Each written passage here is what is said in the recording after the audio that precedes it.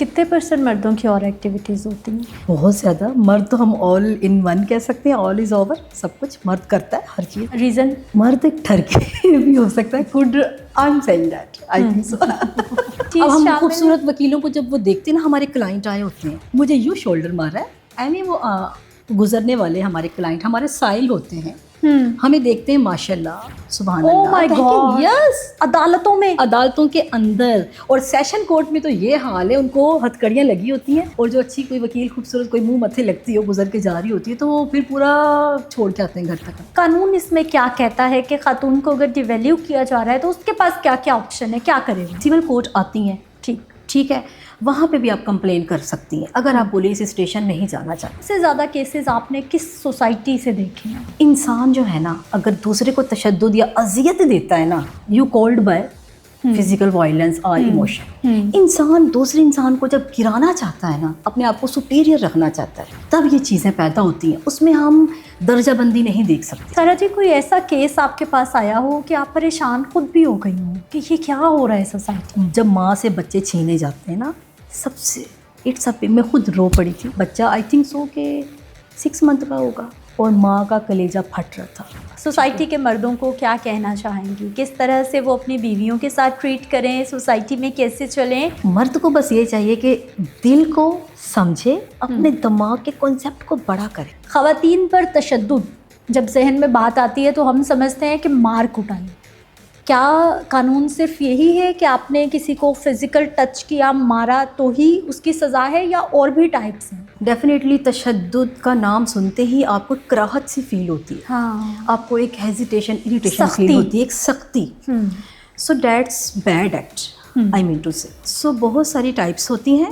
Physically violence نہیں ہوتا ہے, اس کے ساتھ آپ کا مینٹل اور آپ کے ایموشنس جو ہرٹ ہوتے ہیں, that is the big deal. This is a big achievement جو لوگ آپ کے ساتھ کر رہے ہوتے ہیں. آپ کو بھی رائٹ ہے کہ آپ اچھے انداز میں اپنے ایموشنس کے ساتھ لائف کو گزاریں, لیکن سم ٹائم ہوتا ہے کوئی بھی ریلیشن ہو, وہ آپ کو ڈی ویلیویشن کرتا ہے, آپ کے رائٹس کو ڈپرائیو کرتا ہے, آپ کی فریڈم کو سلب کرتا ہے. یہ تو ہر گھر کی کہانی آپ بتا رہی ہیں. ڈیفینیٹلی ہر گھر وہ کی چاہے بہو کے روپ میں, بیٹی کے روپ میں, ماں کے روپ میں, کہیں نہ کہیں کسی نہ کسی کو ڈیویلیویشن مل رہی ہے. اور ڈیفینیٹلی اس میں ہم یہ بھی کہہ سکتے ہیں کہ وہ جو تشدد ہوتا ہے وہ ایک بیوی کو ہی نہیں ملتا, بچے کو بھی ملتا ہے, مرد کو بھی ملتا ہے. آپ کے گھر میں میڈ ہے, اس کو بھی مل رہا ہے, آیا ہے, بچوں کو کیئر ٹیکر ہے, لک آفٹر, پورے گھر کے ماحول پہ اثر انداز ہوتا ہے.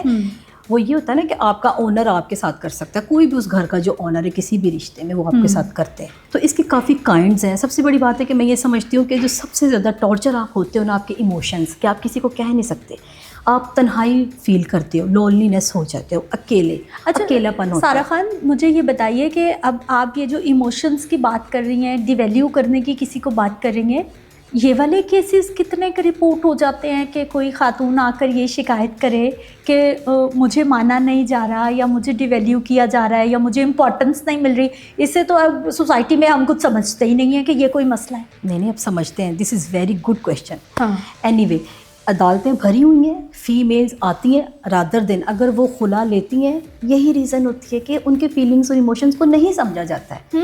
وہ سمجھتے ہیں آپ باندھی ہیں, لونڈی ہیں, آپ نے کام ہی کرنا ہے, ہسبینڈ کو لک آفٹر کرنا ہے, بچوں کو اسکول بھیجنا ہے, اور آپ کا کوئی ایموشن نہیں, آپ کی کوئی لائف میں کوئی ہابی نہیں ہونی چاہیے. سپوز ان کو پڑھنے کا شوق ہے, وہ نہیں ان کو کیا جاتا, ان کی رائٹ کو یہ سلب کیا جاتا ہے. آپ بہو ہیں, آپ نے بس پورا ویل میں ہی رہنا ہے. ساری جو لائبلٹیز ہیں نا وہ بہو کے لیے ہی ہوتی ہیں.